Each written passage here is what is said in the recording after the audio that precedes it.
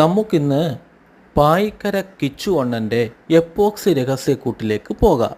ബാത്റൂമിൽ കുളിക്കുന്ന വെള്ളം നനഞ്ഞ് ചെവരുകളിൽ ഉണ്ടാകുന്ന അതിഭയങ്കരമായ ലീക്കുകൾ തടയുന്നതിന് വേണ്ടി ഉപയോഗിക്കുന്ന പുതിയ ടെക്നോളജിയാണ് ഈ എപ്പോക്സി.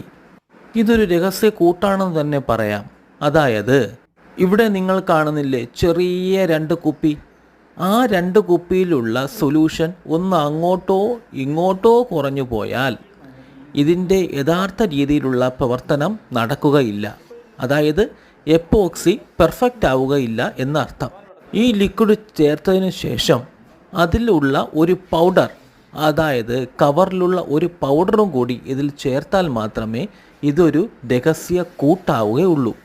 എപ്പോക്സി ഇട്ടിട്ട് കാര്യമില്ല, അത് നേരാവണ്ണം നല്ല രീതിയിൽ ഉപയോഗിച്ചാൽ മാത്രമേ ലീക്ക് മാറുകയുള്ളൂ.